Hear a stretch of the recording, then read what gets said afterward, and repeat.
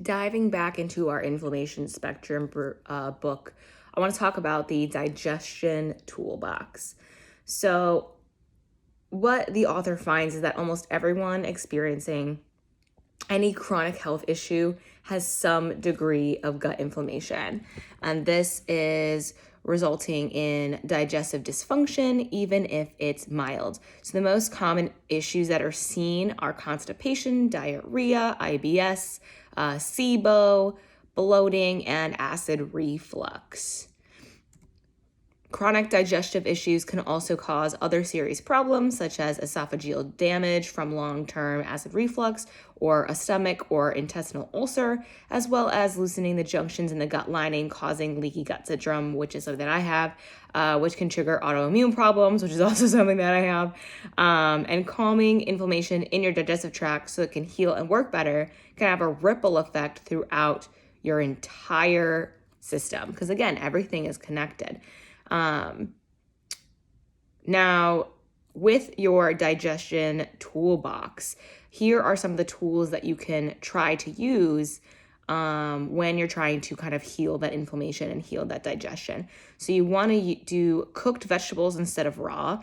They are much easier to digest when they are in a almost pre-chewed because of the cooking phase. Now, I will say if you have high estrogen levels, that raw carrot salad is going to be really good to kind of help filter out extra estrogen if that is an issue that you have. So that would be the only thing I would say, maybe do raw instead of cooked. Pureeing them in a blender for soup or adding to other foods make them easier to digest as well. Bone broth is really good.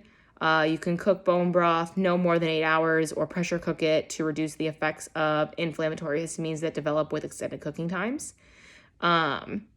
There's also something called galangal broth. It is made from a root that is related in the ginger family, so it's a plant-based option. Both of these are anti-inflammatory and healing for the gut. Bone broth itself, it's something that I drink every single morning. Has pretty much, I want to say 98 of like the 112 minerals that we need on the daily in our bodies. Plus it's got collagen and all that other good stuff that we would want. Definitely is something to add to your just general lifestyle. If you're like, oh, I feel like I'm like deficient in something, or like if you need protein, 10 grams of protein per cup for only 40 calories is not bad. For just drinking something that tastes like soup broth. There's a bunch of different kinds. There's shelf stable, there's refrigerated, and there's frozen. But try them both. See which one you like better. But they're very, very healing for the gut. And they can be sipped by themselves, or they can be used as a base for soups as well. They're also really easy to make because you just literally boil. Like if you get like a chicken, like a roasted chicken with bones and everything from the store, you just take all the scraps and boil it. So that's a way that you can kind of make that.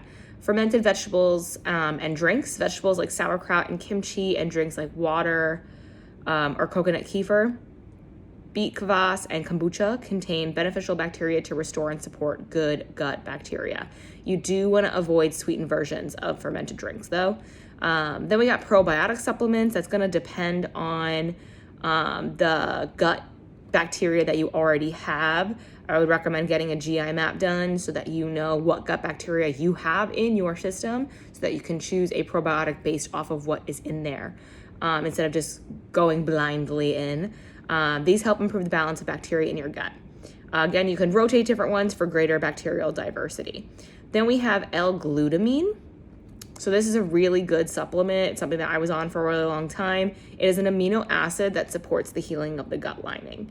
Then we have digestive enzymes such as beta-9 HCl with pepsin and ox bile. These enzymes can help support your body's digestion of protein and fat as your gut heals. There's also one word that I cannot pronounce, but we know we're gonna attempt it.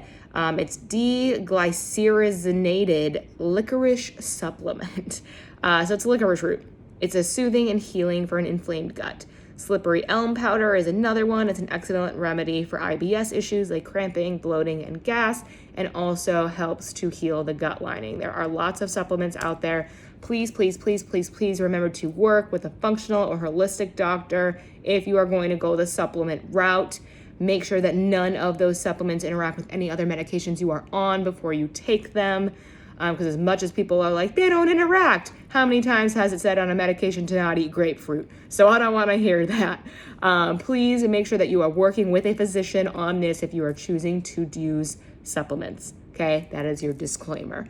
But that's a little bit about your digestion toolbox. If you have any questions, again, comment below.